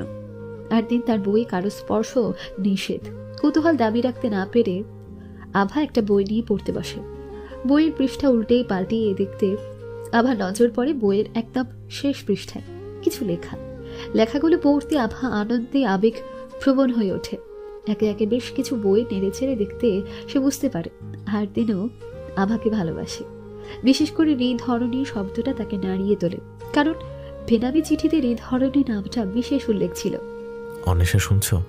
ভাবনার মধ্যে 2 বার আরদিনের ডাকে আভা বেশ ভয় পায়। তা দেখে আরদিন আভাকে পিছন থেকে 2 হস্তে আলিঙ্গন করে। অনন্তর বলে, সামান্য ডাকে এভাবে ভয় পেতে হয়? তা কি ভাবছিলে আমাকে নিয়ে? কি তেমন কিছুই না। আপনি আজ বাসায় অফিসে যাননি? গিয়েছিলাম, 2 ঘন্টার জন্য ছুটি নিয়েছি। এখন কথা না বলে ফটাফট কাপড় চোপড় গুছিয়ে নাও তো। দুদিনের জন্য তুমি আর আমি একান্তভাবে বেড়াতে যাচ্ছি, আর কোনো প্রশ্ন নয়। কিন্তু হঠাৎ? সময় নেই অন্বেষা, প্লিজ তাড়াতাড়ি করো। আচ্ছা। তৈরি হয়েছ? জি। মা বাবাকে বলবো না? ওনারা জানেন সব, তুমি এখন চলো। কিন্তু আমরা কোথায় যাচ্ছি সেটা জানতে পারি? কোয়ার্টারে। কোয়ার্টারে কেউ একান্ত ঘুরতে আসে? আজীব জামাই। ক্ষীণ সুরে কথাটা বলেও আরদিন শুনতে পায়, তাই বলে, ইচ্ছে আর সময় ভালো থাকলে মরুভূমিতেও একান্ত সময় কাটানো যায় বউ। তাই ওসব নিয়ে না ভেবে রাতে কি হবে সেটা ভাবো। আভা লক্ষ্য করে কথাটা বলার সময় আরদিনের চোখে মুখে দুষ্টমির আভাস তুল্যমান। এদিকে আরদিনের মাথায় ঘুরছে অন্য প্ল্যান। আভা ভাবছে তাহলে কি আজ কিছু হবার সম্ভাবনা রয়েছে। কথাটা ভাবতে আভার কান গাল গরম হয়ে উঠল। আরদিন সবটাই আর চোখে লক্ষ্য করে মিটিমিটি হাসল। কোয়ার্টারে পৌঁছাতে দুপুর 3টে বেজে যায়। যেতেই দেখে সিয়াম সহ কিছু সহকর্মী মিলে কোয়ার্টারে তাদের জন্য বরাদ্দকৃত রুমটাকে বেশ পরিষ্কার পরিচ্ছন্ন করে রেখেছে। দুপুরে খাবার সহ আনিয়ে রেখেছে। আরদিন আভা যেতে সহকর্মীরা সকলে শুভেচ্ছা জানায়। অতঃপর দুজন ফ্রেশ হয়ে আসতে সকলে মিলে মধ্যাহ্ন ভোজ শেষ করে। আরদিন চলে যায় অফিসে। কোয়ার্টারে একা রয়ে যায় আভা। সে বেশ মনোযোগ দিয়ে পুরো রুমটা ঘুরে দেখে। বলা চলে কোয়ার্টারে সুযোগ সুবিধা বেশ ভালো। আভা আরদিন এবং তার কাপড়গুলো আলমারিতে গুছিয়ে রাখে। যাবতীয় সকল কাজ শেষ করে পরন্ত বিকেলে বারান্দায় এসে বসে আভা। শেষ বিকেলে পশ্চিম আকাশে লাল সূর্য ডুবতে বসেছে। কোয়ার্টার আর উঁচু উঁচু দালানের এই ব্যস্ত শহরকে একটু ম্লান করতে পারেনি প্রকৃতির এই অপরূপ সৌন্দর্য। অন্য কোনো সময় হলে আভা উপভোগ করত এমন দৃশ্যটা, কিন্তু এখন তার যেরকম মানসিক অবস্থা তাতে পৃথিবীর সবচেয়ে সুন্দর স্থানে থাকলেও ফিকে লাগছে সবকিছু। বারান্দায় দাঁড়িয়ে আভা ভাবছে আরদিনের কথা। এখন আরদিনকে ছাড়া অন্য কিছু ভাবতে পারে না সে। অহর্নিশ আরদিনই তার চিন্তায় বিরাজিত। বিগত 1 মাস যাবৎ আরদিনের ভাবভঙ্গি, চালচলন, কথাবার্তা সবটাই আভার কাছে ব্যাপক সন্দেহজনক ঠেকেছে। এই ভালো, এই রোমান্টিক, এই রুড়ো, এই কেয়ার অনুক্ষণ একটা রহস্যের প্রতিবিম্বে আবরণে আবৃত থাকে। হঠাৎ তার ফোনের ফ্ল্যাশ লাইট জ্বলে ওঠে। তা দেখে আভা স্ক্রিনে তাকিয়ে দেখে মিসেস মেজর লেখাটা স্ক্রিনে ঝলঝল করছে। বিলম্ব না করে মেসেজটা ওপেন করতেই দেখে তাতে লেখা, আলমারিতে একটা নীল প্যাকেট পাবে, ওটা ওপেন করো। দেন ওটাতে যা যা আছে সব কিছু পরে রেডি থেকো। সন্ধ্যা 7টায় আমি নিতে আসবো। তোমার হাতে সময় খুব সীমিত, তাড়াতাড়ি রেডি হয়ে নাও। তোমার মেজর সাহেব। মেসেজটা পড়তেই আভার বেশ ভালো লাগলো। কিছুক্ষণ আগের মন বিষাদ সবটা গায়েব হয়ে একরাশ ভালো লাগা কাজ করলো। ঘড়িতে এখন 5:27 সমান। সত্যি সময় খুব সীমিত। আভা বিলম্ব না করে ঝটপট তৈরি হতে চলে যায়। আলমারির একদম শেষ প্রান্তে একটা নীল প্যাকেট পেল সে। প্যাকেটটা আনবক্সিং করতে নীল সাদা মিশ্রিত খুব সুন্দর একটা শাড়ি পেল। আভার সাদা রংটা ভীষণ পছন্দ। শুভ্রতার প্রতীক সাদা, ওনার নীল পছন্দ। দুজনের প্রিয় রঙের কম্বিনেশনে শাড়িটা, তার সাথে ব্যবহৃত সবকিছুই রয়েছে। তৈরি হয়ে আসতে তৎক্ষণাৎ নিচে থেকে গাড়ির শব্দ শুনতে পেল আভা। শেষবারের মতো নিজেকে আয়নার একবার দেখে রুম থেকে বেরিয়ে পড়ে সে। নিচে নামতে দেখে আরদিন আর্মি ড্রেসার ছেড়ে ফর্মাল ড্রেস পরছে। সাদা শার্ট, শার্টের উপরের দুটো বোতাম খোলা, যার ফাঁকাংশ দিয়ে শুভ্র বুকের দৃশ্যমান, ব্লু প্যান্ট, হাতে ওয়াচ। সিম্পল লুকেও পারফেক্ট লাগছে। আরদিনের এমন সাজে আভা কিছুটা হিংসে হলো। নিজ মনে বিড়বিড় করে, ওনার ঢং দেখে বাঁচি না। কে বলেছে এত সাজতে? শার্টের বোতাম খুলে রাখার কি প্রয়োজন ছিল? মেয়েদের দেখাতে চাইছে ওনার। আল্লাহ গো, আমার হ্যান্ডসাম ভোলা ভালা জামাইটারে দেখো। না জানি কত মেয়ে আজ লাইন মারার চেষ্টা করবে তার সাথে। পরক্ষণে কিছু মনে পড়তে আভাকে নিজেকে শাসালো, আসুক একবার, আমিও আভা, ছাড়ছি না কাউকে। এত কষ্টের পাওয়া জামাই আমার। অপরদিকে আভাকে দেখে আরদিন বেশ অবাকই হলো। তারই ধরনে, তার শ্যাময়ীকে কি দারুণ লাগছে। আজ আভাকে তার নিকট অতীব মায়াবতী লাগছে। ভালোবাসার শক্তি এমনই। পৃথিবীর সব প্রেমিকের কাছে তার প্রেমিকা সেরা, সুন্দর, তদ্রুপ সব প্রেমিকার কাছে তার প্রেমিকই শ্রেষ্ঠ। আভা কাছে আসতে আরদিন বলল, শুনছ পৃথিবী, তাহার নিকষ কৃষ্ণের ন্যায় চোখের মায়ায় ডুবেছি আমি অজান্তে। তাহার সুরঞ্জনার ন্যায় সুমধুর সুরে প্রকৃতি নাচে মন খুলে, পাখিরাও নাচে ছন্দে ছন্দে। তাহার কেশের মাতাল সুবাসে প্রজাপতিরা উড়ে আসে, তাহার এমন রূপের ব্যাখ্যা নেই কোশেষ। সে যেন কোনো রূপেশ্বরী, আমার হৃদয়েশ্বরী। আমি মুগ্ধ তাহার শ্যামাঙ্গী রূপে, কি বলে তাকে ভক্ত করব? শ্যামময়ী আমার সে। আরদিনের এহেন প্রশংসায় লজ্জায় কিছুটা নেতিয়ে পড়ে আভা। তার লজ্জা বাড়াতে আরদিন তার অধর যুগল এগিয়ে আভার ললাটে এক গভীর স্পর্শ এঁকে দেয়। আভা অতীব মাত্রা লজ্জা পেয়ে আরদিনের বক্ষস্থলে মুখ লুকায়। অতঃপর দুজন গাড়ি নিয়ে ৮ ঘন্টার মতো ঘোরাঘুরি করে। ৮ ঘন্টার পর গাড়ি যখন কোয়ার্টারের দিকে রওনা হয়, আভার একাগ্রতা দেখা যায়। তথাপি বাসায় ফিরতে দেখে তাদের রুমটা খুব সুন্দরভাবে সাজানো, ক্যান্ডেলাইট ডিনার ব্যবস্থা করা হয়েছে। মূলত আভাকে রুম থেকে সারাতে ৮ ঘন্টা ঘোরাঘুরির ব্যবস্থা। ডিনার শেষ হবার পরপরই আভা ঘুমের অদল দেশে তলিয়ে যায়। আভাকে ঘুমিয়ে পড়তে দেখে আরদিন তাকে বিছানায় শুইয়ে দেয়। আভার ঘুমন্ত মুখের দিকে তাকিয়ে কিছু একটা বলে আবারও তার ললাটে অধর ছোঁয়ায় আরদিন। একে একে চোখ মুখ কালে পুরো মুখশ্রীতে ভালোবাসার পরশেকে রুম হতে বেরিয়ে পড়ল সে। দরজা বাইরে থেকে লক করে দুজন গার্ডকে পাহারায় রেখে আরদিন গাড়ি নিয়ে বেরিয়ে পড়ে অজানা গন্তব্যে। যার মূল উদ্দেশ্য এক আরদিন ব্যতীত কারো জানা নেই। পরদিন দুপুর ১টায় ঘুম ভাঙল আভার। রাতে কি হয়েছিল তার কিছুই মনে পড়ছে না। চারদিকে তাকাতে বেশ বুঝতে পারল অনেক বেলা হয়ে গিয়েছে। এতক্ষণ যাবৎ ঘুমিয়েছিল ভাবতে অস্বস্তি লাগলো তার। ঘড়ি দেখতে সেথায় সকাল ৯টার পরিবর্তে দুপুর ১টা দেখে বেশ চমকিত হলো। রাতে আরদিনকে জিজ্ঞাসা করতে আরদিন অজস্র বাহানায় কাটিয়ে দেয়। পরবর্তী দিন সে একই ঘটনার পুনরাবৃত্তি ঘটে। রাতের খাবারের পরপর আভা ঘুমিয়ে যায়। ঘুমন্ত আভাকে বিছানায় শুয়ে দিয়ে আরদিন চলে যায় তার অজানা গন্তব্য। সকালের পরিবর্তে দুপুর ১টা বা ২টায় ঘুম ভাঙে আভার। আভা বুঝতে পারছে না এই রহস্য কি। সে এত বেলা করে কখনোই ঘুমায় না, অথচ কোয়ার্টারে আসার পর থেকে তার ঘুমই ভাঙছে না। আরদিনকে জিজ্ঞাসা করলেও সে সঠিক কিচ্ছু বলছে না। সবকিছু একটা ধোঁয়াশা ভাব, অদ্ভুত। রৌদ্রোজ্জ্বল একটা সকাল। জানলা দিয়ে বাড়ির ব্যস্ত শহর পরিষ্কার প্রতীয়মান। ৮:৩০ বাজতে কিঞ্চিত সময় প্রতীক্ষা। নীলিমা নীলাম্বর হতে প্রভাকর রশ্মি জানলা দিয়ে প্রবেশ করতে নিদ্রাচ্ছেদন হলো আভার। সর্বাগ্রে স্থিতি আড়মোড় ভেঙে নেত্রযুগল উন্মুক্ত করল। বিছানায় উঠে বসতে প্রথমে চোখ পড়ল বিছানার ডান কর্নারে থাকা চেয়ারটিতে। সেথায় আরদিন বসারত অবস্থায় অপলক দৃষ্টি চেয়ে আছে তারই দিকে। বিছানার পাশে চেয়ার, দুজনের মধ্যকার দূরত্ব প্রায় ৪-৫ ফুট হবে। আভাকে উঠতে দেখে আরদিন তার সেই চিরচেনা হাসিটা উপহার দিয়ে সুপ্রভাত আমার শ্যামময়ী উচ্চারিত করে।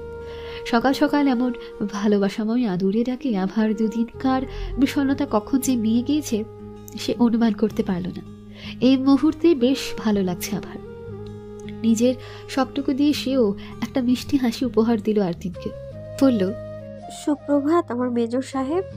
আজ আপনাকে অন্যরকম দেখাচ্ছে। ব্যাপার কি মেজর সাহেব? তা কেমন লাগছে সাহেবা? অন্য দিনের থেকে সম্পূর্ণ আলাদা। খুশি খুশি। কারণটা কি জানা যাবে মেজর সাহেব? খুব জানা যাবে, কিন্তু এখন নয়। খুশির কারণটি না হয় সরাসরি নিজের চোখে দেখে নিও। এখন দ্রুত ফ্রেশ হতে যাও। সে না হয় দেখবো, কিন্তু আমার যে দুটো প্রশ্ন রয়েছে আপনার কাছে, সেগুলোর কি হবে? প্রশ্ন না করা পর্যন্ত শান্তি পাচ্ছি না। সমস্ত প্রশ্ন আজ রাতের জন্য তোলা রাখো, একে একে সব বলবো। তার আগে ফ্রেশ হয়ে এসো, তোমাকে নিয়ে যেতে হবে। আজ কি আমরা কোথাও ঘুরতে যাচ্ছি? ধরো তেমনটাই। আমি মা বাবা ভাইয়া সকলকে না খুব মিস করছি। বাসায় যাব কবে? কিছুক্ষণ পরে। এত প্রশ্ন করলে যাবে কখন? তোমাকে নিয়ে পার্লারে যেতে হবে। তোমরা মেয়েরা যা, দেখা যাবে সারাদিনেও মেকআপ শেষ হয়নি। হঠাৎ পার্লারে? Anwesha, no more questions, get ready soon. মানছি আপনি খুব কঠিন পদার্থে গড়া একজন মানুষ। সময় ও সময় রেগে থাকা আপনার হ্যাবিট। নাকের ডগায় রাগটা 24/7 লেগেই থাকে। কিন্তু তাই বলে আমার সাথেও রাগ দেখাবেন আপনি? আমি তো আপনার বউ হই, তাই না? কথাটা বলে আভা থামলো। আরদিনের দিকে তাকাতে যখন দেখলো আরদিনের রেগে ফায়ার মিয়ে যাওয়ার সুরে যাচ্ছি উচ্চারণ করে বিছানা হতে ওয়াশরুমে দৌড় লাগায় আভা মনে মনে বলে, কোন দুঃখে যে আর্মি ম্যানকে বিয়ে করেছিলাম। উফ, কপাল চাপড়াইতে ইচ্ছা করতেছে এখন। এদের বিয়ে করতে নাই। 360 ডিগ্রি রাগ নাকের ডগায় হর হামেশা লেগেই থাকে এদের। কিছু বললে অন্বেষা বলে একটা হাক করবে। বলি, সবসময় কি স্ট্রেট পার্সোনালিটি আঁকড়ে ধরে থাকতে হবে? বউকে একটু ভালোবেসেও তো ডাকা যায়। অন্বেষা, ভালোবাসাটাও মেপে মেপে করতে হয় নাকি ওনাদের? কোমল সুরে ভালোবাসি বলতে গেলেও যেন গলা কাঁপে এদের। উফ, ভালোবাসি যেভাবে বলে মনে হয় যেন ইয়েস স্যার ন্যায়, মানে ভালোবাসি কঠিন সুরে উচ্চারণ করছে। ভালো লাগে না এইসব জ্বালা যন্ত্রণা। হ্যাঁ, যেদিন কঠোরতার অভ্যন্তরে ভালোবাসার অনুভূতিগুলো উপলব্ধি করতে পারবে, সেদিন আরদিন নামকে আমি তাকে ধরনের সেরা প্রণয়দাতা মানবে। হৃদয় হরণী, একটা বার আমায় উপলব্ধি করো, কথা দিচ্ছি তোমাতে আমার প্রাণ ধারণ অর্পণ করিব। আভার যাওয়ার পানে তাকিয়ে থেকে কথাটা বলে মুচকি হাসলো আরতি। পার্লারে মিস, মুখে বেশি প্রসাধনী ব্যবহার করবেন না। সিম্পল লুকে যতটুকু পারবেন সাজতে চেষ্টা করবেন। মাথায় হিজাব বেঁধে দিবেন। পার্লারের একজন লেডি কর্মীকে কথাগুলো বলে আভাকে পার্লারে রেখে কোয়ার্টারের উদ্দেশ্যে রওনা হলো আরতি। আরতিকে চলে যেতে দেখে আভা জিজ্ঞেস করলো, আমাকে একা রেখে কোথায় যাচ্ছেন? আমি কোয়ার্টারে যাচ্ছি, তুমি রেডি হয়ে আমাকে কল করো। কল পাওয়া মাত্র চলে আসবো আমি, চিন্তা করো না, আমি সব বুঝিয়ে দিয়েছি। অতঃপর আরদিন পার্লার থেকে প্রস্থান করলো। আরদিন চলে যেতে দুজন লেডি কর্মী আভাকে সাজাতে ব্যস্ত হয়ে পড়ে। দুপুর 12টায় আভা আরদিনকে ফোন করে জানালো তার সাজ কমপ্লিট। কোয়ার্টার থেকে পার্লারে যেতে 10 মিনিট লাগে, তাই দ্রুত চলে আসলো আরদিন। তাকে আসতে দেখে আভা পার্লার হতে বাইরে বেরিয়ে আসে। সিঁড়ি বেয়ে উপর উঠতে হঠাৎ সিঁড়ির মাঝে পিঙ্ক কালারের গাউন পরিহিত আভাকে দেখে আরদিন কিছুটা স্থির দাঁড়িয়ে পড়ল। এই ধরনীকে দেখতে সত্যি সত্যি সুন্দর লাগছে, নাকি তার চোখে তার ভালোবাসার মানুষটাকে সুন্দর লাগছে, আরদিন বুঝতে পারছে না। দ্বিধাগ্রস্ত চোখে কিছুক্ষণ আভার পানে চেয়ে রইল আরদিন। আভার হাতটা ধরে নিচে নামতে সাহায্য করলো। দুজন গাড়িতে বসতে সিট বেল্ট লাগিয়ে বসে পড়ে আভা, কিন্তু আরদিনের সেদিকে ধ্যান নেই। সে তাকিয়ে আছে আভার দিকে। আরদিনকে তাকাতে দেখে আভার সামনে হাত নাড়াতে আরদিন তার হাতটা নিজের হস্তে নিয়ে আভাকে একটু কাছে টানলো। ঝড়ের বেগে আভার আঁখি আননে পরপর কয়েকটা চুম্বন করে ছেড়ে দিল আরদিন, যেমনটা করছিল মিশনে যাবার আগের রাতে। হঠাৎ এহেন আচরণে কিছুটা ভরকে যায় আভা। নিষ্প্রাণ নয়নে আরদিনের দিকে তাকিয়ে থাকে। আরদিন তার তাকানো পরোয়া না করে আভার কাজল কালো নেত্র হতে কিঞ্চিত কাজল নিয়ে আভার হিজাবের ভেতর দিয়ে কানের নিচে কিছুটা কাজল ছুঁয়ে দিল আর বলল, তোমায় ভীষণ সুন্দর লাগছে আমার শ্যামই। তৃতীয়বারের মতো আমার হৃদয় হরণ করে নিলে। তোমার এই শ্যামাঙ্গী রূপে আমি ক্ষতবিক্ষত। সুন্দর হলে হয়তো আমার প্রাণ বধ করিতে, একটুর জন্য বাঁচালে মেয়ে। তার এহেন উক্তি শুনে আভা লজ্জায় নেতিয়ে পড়ল। কিছু একটা ভাবতে সে আরদিনকে নিচে ঝুঁকতে ইশারা করে। আরদিন কিচ্ছু না বুঝে মাথা নেড়ে প্রশ্ন করল, কি? তাতে আভা নিজ তাগিদে দুহস্তে আরদিনকে পেছন হতে ধরে সামনে ঝুঁকিয়ে তার ললাটে বেশ সময় নিয়ে একটা চুম্বন এঁকে দেয়। অনন্তর লজ্জা পেয়ে আভা জানলার দিকে মুখ ফিরিয়ে বসে পড়ে। আরদিন বুঝতে পেরে প্রফুল্লতায় হেসে উঠল। আভাকে খোঁচা মেরে বলল, বড় জোর বাঁচালে, যেটা করে লজ্জা পাও সেটা করতে যাও কেন? প্রত্যুত্তরে আভা গাড়ি স্টার্ট করতে বলে। আরদিন বুঝতে পেরেছে আভা কথা কাটানোর চেষ্টা করছে, তার শরম না দিয়ে গাড়ি স্টার্ট দিল। দুজন দুজনকে ভালোবাসা অসীম। আভা তার ভালোবাসা সুমুখে প্রকাশ করলেও আরদিন করেনি। সে তো এই ধরনীকে তার সুপ্ত ভালোবাসার অনুভূতি উপলব্ধি করাতে ব্যস্ত।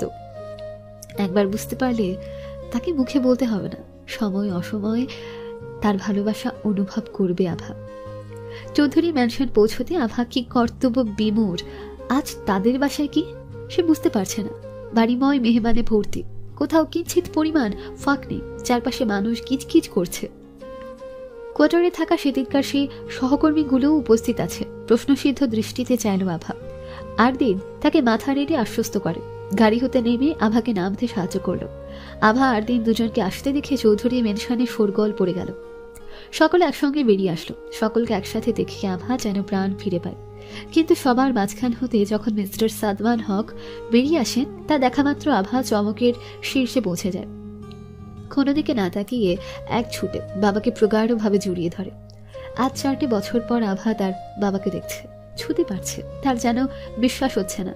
মেঘের মৃত্যুর 1 সপ্তাহর মাঝে জরুরি তলবে সৌদি পাড়ি জমান সাদমান হক। সেই থেকে 4 বছর পর আজই আভা তার বাবাকে দেখেছে। বাবাকে জড়িয়ে আকস্মিক কেঁপে ওঠে আভা। সাদমান সাহেব মেয়েকে জড়িয়ে শান্ত হতে বলেন। আভা তার বাবাকে প্রশ্ন করে, তুমি কবে আসলে বাবা? আমাকে জানোনি কেন? আমি বুঝি এতটাই পর হয়ে গিয়েছি? বড় মেয়ের অভিমান, অভিযোগ, বিস্তৃত কথায় সাদমান সাহেব হেসে আরদিনকে ইশারা করে দেখালেন। বাবার ইশারা পেতে আভা পেছনে তাকে দেখল। আরদিন তার দিকে হাসি মুখে তাকিয়ে আছে। আভা চাইতো বলল, সারপ্রাইজ দিতে ইচ্ছে করলো, তাই না জানিয়ে সব কিছু করে ফেললাম। তুমি যে 2 দিন যাবৎ লেট করে ঘুম থেকে উঠতে, তার কারণ আমি তোমার খাবারে ঘুমের ওষুধ মিশিয়ে দিতাম। তুমি ঘুমিয়ে পড়লে বাসায় এসে চারদিক দেখিয়ে রিসেপশনের কাজে ব্যস্ত হয়ে পড়তাম। তোমার ঘুম ভাঙার আগে আবার কোয়ার্টার ফিরে যেতাম। আপনাকে সারপ্রাইজ দিতে এত কিছুর আয়োজন সাহেবা। আশা করছি এবার প্রশ্নের উত্তর পেয়েছেন। এত ভালোবাসা আভা কোথায় রাখবে? মানুষটা তাকে ভালোবেসে এত কিছু করেছে, না ঘুমিয়ে চোখের মুখের কি হাল করেছে। কথাগুলো ভাবতে তার কান্না দ্বিগুণ হলো। চারদিকে এত মানুষ, তার উপর অনুষ্ঠানের মধ্যমণি হলি তুই। তুই যদি এভাবে কান্নাকাটি করিস, লোকে কি বলবে আবার? রানী, কান্না বন্ধ করে চিল কর দোস্ত। আজ তোদের বিয়ের রিসেপশন বান্ধবী, খাবি দাবি ফুর্তি করবি, হরদম ছবি তুলবি। তা না করে কেঁদে কেটে 1000 টাকার মেকআপের জলাঞ্জলি দিচ্ছিস। আহারে! সকলের মাঝখান হতে আফি কথাটা বলে উঠল। আফির কথায় সকলে হেসে ফেলল। আভা আফিকে আলতো চাপড় দিয়ে সকলের উদ্দেশ্যে সরি বলল। সকলে আভা আরদিনকে স্টেজে নিয়ে যায়। সেথায় যেতে আরদিন আভাকে তার ডিপার্টমেন্টের সকলের সাথে একে একে পরিচয় করিয়ে দেয়। পরিচয় পর্ব 1 শেষ হতে আভার শাশুড়ি মা তার পরিবারের সকলের সাথে আভাকে পরিচয় করিয়ে দেন। আরদিনের মামার বাড়ির সকলের সাথে পরিচিত হতে বেশ ভালো লাগছিল আভার, একমাত্র মুনা ব্যতীত। এই মেয়ে ড্রেসআপের কি ছিঁড়ি! মুনা আভাকে দেখতে পেয়ে মুখের আকৃতি তিনছি বিকৃত করে ভেঙচি কাটল। তা দেখতে পেয়ে আভা বেশ আয়েস ভঙ্গিতে আরদিনকে জড়িয়ে ধরে। মুনার ভেতরটা আগুনের লাভার ন্যায় টকবক টকবক করছে, তবুও সে স্বাভাবিক। মনে মনে সময়ের অপেক্ষায় বাক্যটা উড়িয়ে মুনা চলে গেল। এদিকে মুনাকে চলে যেতে দেখে আভা ভাবছে, মুনা কেন এত শান্ত? নিধির ভাইয়ার কথা অনুযায়ী মুনা বেশ সাংঘাতিক টাইপের মেয়ে, তার যা যাই তা লাগবে। যেখানে আরদিন মুনার জন্য সবকিছুর ঊর্ধ্বে, সেখানে মুনা নিশ্চুপ। মুনা কি খারাপ কিছুর চিন্তা করছে? আরদিনের হাত ছেড়ে নিধিরের উদ্দেশ্যে এগিয়ে যায় আভা। বেশ কিছু দূর যেতে আভা নজরে পড়ে নিধির নীরাকে নানান কথায় জ্বালাতন করছে। নীরা তা সহ্য করতে না পেরে এদিক থেকে ওদিক ছোটাছুটির চেষ্টা করছে। বিষয়টা আভার বেশ নজর কাড়ল। ভাবলো বিষয়টা কি নিধিরের থেকে জেনে নেবে। তার নিধিরের সামনে গিয়ে দাঁড়ায় আভা। হঠাৎ আভাকে সামনে দেখে নিধির বেশ অপ্রস্তুত হয়ে পড়ে। সেই সুযোগে নীরা এখন থেকে কেটে পড়ে। নিধির জিজ্ঞাসা করে, আরে ভাবি আপু, তুমি কিছু বলবে? সাইডে আসো। আসলাম, এখন বলো। মুনাপু এত শান্ত কেন ভাইয়া? এই মেয়ের পেটে কিছু ঘুরপাক খাচ্ছে নাকি? ডেঞ্জারাস পারসন যখন চুপচাপ থাকে, তাদের আকস্মিক পদক্ষেপ সাধারণ মানুষকে মুহূর্তেই ধ্বংস করে দিতে বিন্দুমাত্র পরোয়া করে না। আমার না ভয় হচ্ছে ভাইয়া। ভয় পেও না ভাবি আপু, কিচ্ছু হবে না। যদি কিছু হয়েও যায়, ভাইয়া আছে তো, ঠিক সামলে নেবে। তার কলিজায় কেউ হাত দেওয়ার চেষ্টা করলে ওর হাত সহ উপড়িয়ে ফেলতে দুবার ভাববে না ভাইয়া। আচ্ছা, তোমাকে খুব সুন্দর লাগছে ভাবি আপু। ধন্যবাদ ভাইয়া, তোমাকেও সুন্দর লাগছে। নিধির কিছু ভাব নেই বলল, সেটা আমিও জানি ভাবি আপু, সবার থেকে আমাকেই বেশি সুন্দর দেখাচ্ছে। তবুও কমপ্লিমেন্টের জন্য ধন্যবাদ। হাউ সিলি বয়, ভুল বলে ভাইয়া। একবার সামনে তাকিয়ে দেখো, তোমাকে নয় আমার মেজর সাহেবকে বেশি সুন্দর লাগছে। আমার হ্যান্ডসাম জামাইটা। नजर ना लग जाए किसी को, कितनी सोनी और प्यारी लग रही है मेरी पति को, हाय मैं मर जावा। নিধির সামনে তাকাতে দেখলো আরদিন এদিকে আসছে। আরদিন আসতেই আরো কিছুক্ষণ হাসি মজা হয়। তারপর 3 জন একত্রে খেতে যায়। খাওয়া শেষ হতেই আভা আরদিন স্টেজে বসে। রিসেপশনে নীরা, নিধির, সিয়াম, আফি কাপল ডান্স করে। বেচারা সিয়াম পুরোটা সময় ভয় ভয় নেচেছে। আফির কাছাকাছি হলেই তার হৃৎপিণ্ড দ্রুত গতিতে আপ ডাউন করছে। একে একে সকলের পারফরমেন্স শেষ হয়। অনুষ্ঠানের শেষ মুহূর্ত, অথচ আভাকে স্বাভাবিক দেখে আরদিনের বেশ অস্থির অস্থির লাগছে।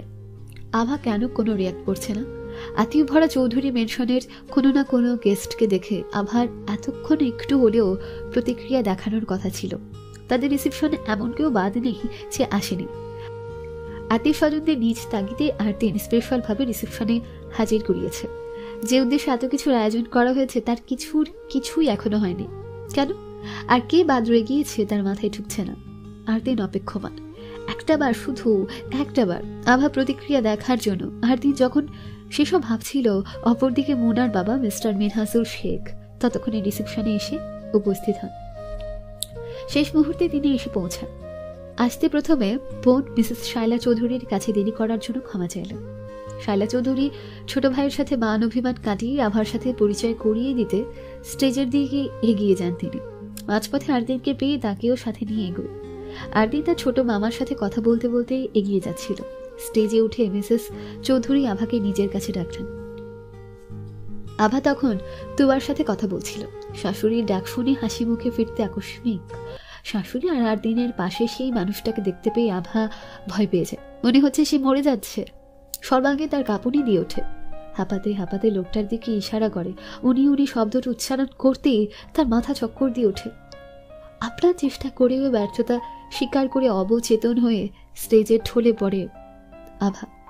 অপ্রত্যাশিত ঘটনায় সকলে ভীত হয়ে পড়ে। একদিন সে একবার আভার দিকে তো একবার তার ছোট মামার দিকে তাকাচ্ছে। আভা এমন কাজে আরদিনের যা বুঝার বুঝে নিয়েছে, তবু শিওর হতে সে চুপচাপ দাঁড়িয়ে রইল। এদিকে মিস্টার মিনহাসুল শেখও বেশ অবাক হলেন। সেদিনকার সেই শপিং মলের মেয়েটা আরদিনের স্ত্রী। তার চেয়ে অবাক করা বিষয়, মেয়েটা তাকে দেখে এত ভয় কেন পায়। সেদিনও কেমন আচরণ করেছিল, আর আজ তো অচেতনই হয়ে পড়েছে। তাই আরদিনকে বলল, এ তোমার স্ত্রী? সেদিন ওকে আমি শপিং মলে দেখেছিলাম। স্ট্রেঞ্জ, ও আমাকে দেখে ভয় কেন পায়? সেদিন শপিং মলে কেমন বিহেভিয়ার করেছে, আর আজ তো অচেতন হয়ে পড়ল। আমি কি দেখতে এতটাই কুৎসিত নাকি? আর দিন, তুমি দাঁড়িয়ে আছো কেন? ওকে ডাক্তার দেখানোর ব্যবস্থা করো। মামার কথা শুনে আরদিন যেন মুহূর্তে দাঁড়িয়ে থাকার শক্তিটুকু হারিয়ে ফেলল। একই জায়গায় ঠাঁই দাঁড়িয়ে রইল। আভা যে অচেতন হয়ে পড়েছে সেটা তার মনোযোগ কাটতে পারল না। ভঙ্গ হৃদয়ে অশ্রু সজলে সিক্ত নেত্রযুগল তার ছোট মামাতেই নিবদ্ধ রইল। কোনো কথা উচ্চারণ করতে পারল না। মাসের পর মাস, বছরের পর বছরই মানুষটা তাদের এভাবে ধোকা দিয়ে গেল, যে কিনা ছিল তার আপন, তারই মার ছোট ভাই, তাদের মামা। আরদিন কেমন নির্বাক দাঁড়িয়ে থাকতে দেখে নিধির আর সিয়াম দুজন এগিয়ে এসে আভাকে ধরাধরি করে উঠিয়ে নিয়ে রুমের উদ্দেশ্যে হাঁটা ধরে। অতঃপর ডাক্তার ডেকে আভার চিকিৎসা ব্যবস্থা করে। অনুষ্ঠান প্রায় শেষের পথে। আগত মিসেস আর মিস্টার চৌধুরী মিলে সকলকে একে একে বিদায় জানিয়ে চৌধুরীর মেনশন সম্পূর্ণ ফাঁকা করে ফেলে। অতিথিরা বিদায় নিতে সকলে ভিড় জমায় আরদিনের রুমে। ডাক্তার এসে আভাকে ইঞ্জেকশন পুশ করে বিশ্রাম নিতে বলে চলে গেলেন। আভা অবচেতন হয়ে শুয়ে আছে বিছানায়। আরদিন দুর্বল পায়ে হেঁটে এসে কোনো মতে তার রুমে এসে দাঁড়ালো। বিনা বাক্যে বিছানার কর্নারে বসে আভার দিকে তাকিয়ে রইল। এক বাক্যে সকলকে বাইরে যেতে বলে পুনরায় নিশ্চুপ হয়ে পড়ল সে। সকলকে আভা আরদিনকে রুমে একা ছেড়ে বেরিয়ে যায়। মিনহাসুল শেখ রিসেপশনে এসে তাদের দলের হেড, তাদের লিডারকে দেখে বেশ অবাক হন। উনি এখানে কি করছেন? তার বসকে একান্ত ডেকে কিছু কথা বলে অনন্তর দুজন আলাদা হয়ে পড়ে। যেন কেউ সন্দেহ করতে না পারে দুজন থেকে ডিস্টেন্স বজায় রাখে পুরোটা সময়। কেউ জানো না তাদের দুজনের মধ্যকার সম্পর্কে কি বা কে এই অজ্ঞাত লোক যে মিনহাসুল শেখের বস। রাত 8টা। আভার পরিবার ব্যতীত সকল অতিথি নিজ নিজ বাসায় চলে গিয়েছে। মিনহাসুল শেখ তিনিও অফিসের কাজ থাকার দরুন চলে গিয়েছেন। যাওয়ার পূর্বে আরদিনের রুমে নক করেছিলেন তিনি। আরদিন রেসপন্স করেনি, নিশ্চুপ ছিল। মিনহাসুল শেখ তাকে কিছু কথা বলে অতঃপর সকলকে বিদায় দিয়ে চলে যান। অথচ তিনি জানলেন না ওনার অগোচরে অনেক কিছু ঘটে গিয়েছে বা ভবিষ্যতে ঘটতে যাচ্ছে, যা ওনার অস্তিত্ব নাড়িয়ে দিতে বিন্দু মাত্র ভ্রুক্ষেপ করবে না। অনেকক্ষণ পর আভা চোখ মেলে তাকালো এবং সেদিনের মতো আরদিনকে পাশে বসারত অবস্থায় দেখতে পেল। তাকেই দেখলো আরদিনের চোখ মুখ ফুলে আছে। উনি কি কেঁদেছেন? জিজ্ঞাসা করলো, আপনি কি কেঁদেছেন? চোখ মুখ এভাবে ফুলে আছে কেন? বলুন না কি হয়েছে, কেউ কিছু বলেছে? আভার প্রশ্নে চোখ মেলে তাকায় আরদিন। প্রশ্নের জবাব না দিয়ে আরদিন উল্টো আভাকে প্রশ্ন করলো, যাকে দেখে ভয় পেয়েছিল ওনাকে চেনো অন্বেষা? অতিরিক্ত কোনো প্রশ্ন করো না দোহাই। ওনাকে যদি চিনে থাকো, ওনার সম্পর্কে যা যা জানো এভরিথিং আমাকে খুলে বলো। তোমার উপর ডিপেন্ড করছে আমার সব কিছু, প্লিজ। তাই বুঝে শুনে আমাকে বলো, তুমি চিনো উনিকে? জবাব দিতেই খানিকটা সময় নিল আভা। কিছু কথা মনে মনে গুছিয়ে নিয়ে নিজেকে স্বাভাবিক করার চেষ্টা করলো। তারপর থেমে থেমে বলল, হ্যাঁ চিনি। উনি সেদিনকার শপিং মলের লোকটা। উনি মেঘের হত্যাকারী। উনি আপনাদের কি হন আমি জানি না, কিন্তু সেদিন ওনাকে ইঙ্গিত করে মেঘ ম শব্দটা উচ্চারণ ছাড়া আর কিছু উচ্চারণ করতে পারেনি। আর তার আগেই বাকিটা ব্যক্ত করবার আগেই ফুপিয়ে কেঁদে উঠল আভা। আভার কথা কর্ণপাত হতে আর দিনের শেষ আশার আলোটুকু তমকা হাওয়ায় ধপ করে নিভে গেল। আভাকে জড়িয়ে আজ শব্দ করে কেঁদে ফেল আরদিন। যে আরদিন তার একমাত্র বোনের মৃত্যুতেও কাঁদেনি, সেদিন আভার বলা প্রতিটা কথা শুনিয়েও রিয়াক্ট করেনি, গুলিবিদ্ধ হয়েও একটু রা করেনি, সে আরদিন আজ শব্দ করে কাঁদছে। প্রিয়জনের বিশ্বাসঘাতকতা তার হৃদয় ক্ষত বিক্ষত করে দিয়েছে, কলিজা ঝাঁঝরা হয়ে যাচ্ছে। প্রিয়জনকে হারানোর চেয়ে আপন মানুষের বিশ্বাসঘাতকতা অত্যন্ত ভয়াবহ হয়। কলিজা ছিনিয়ে নিলেও ততটা কষ্ট হয় না যতটা না কষ্ট হয় আপন মানুষের ভয়ঙ্কর রূপ দেখে। ব্যস্ত নগরী জাগ্রত থাকে, সন্ধে ল্যাম্পপোস্টের হলদে বাতির আলো, ফুটপাত, খোলা সড়ক, জেগে থাকা রাতের কোলাহল শেষে নগরীর জনমানব ঘুমের কোলে লুটুপুটি খাচ্ছে। রাত বাড়ার সাথে সাথে রাতের নিস্তব্ধতা যেন তড়িৎ বেগে বেড়েছে। এখন মধ্যরাত, বাইরে ঘুটঘুটে অন্ধকার, নিকশ কালো আধারে রজনীর কোথাও কোনো কালোর ছিটে ফোটা নেই। নিকশ কালো আধার রজনীর কোথাও কোনো আলোর ছিটে ফোটা নেই। মধ্যরাতে গা ছমছমে একটা ভাব বিরাজিত। মনে হয় এই সময়টায় প্রকৃতি যেন স্তব্ধ আর থম মেরে থাকে, যেন অজানা এক রহস্য মায়াজালের ভাঁজে ভাঁজে বেষ্টনীয় আছে। বাইরে প্রকৃতির নিস্তব্ধতা, রুম জুড়ে দুটো মানব মানবীর নিস্তব্ধতা, সব মিলেমিশে একাকার হয়ে পরিবেশটা বিদঘুটে আকৃতির ধারণ করেছে। আভা আর দিন দুজন দুজনের দিকে তাকিয়ে আছে, কারো মুখে কোনো রকম শব্দটুকু নেই। আর দিন চুপচাপ, কারণ নিজের আপন মামার থেকে পাওয়া সবচেয়ে বড় আঘাতটা সহ্য করতে পেরে তার বেশ বেগ পেতে হচ্ছে, হজম করতে কষ্ট হচ্ছে। সমস্ত ক্ষোভ শরীরের প্রতিটা অঙ্গ প্রত্যঙ্গে জ্বলনি ধরাচ্ছে, বক্ষস্থলে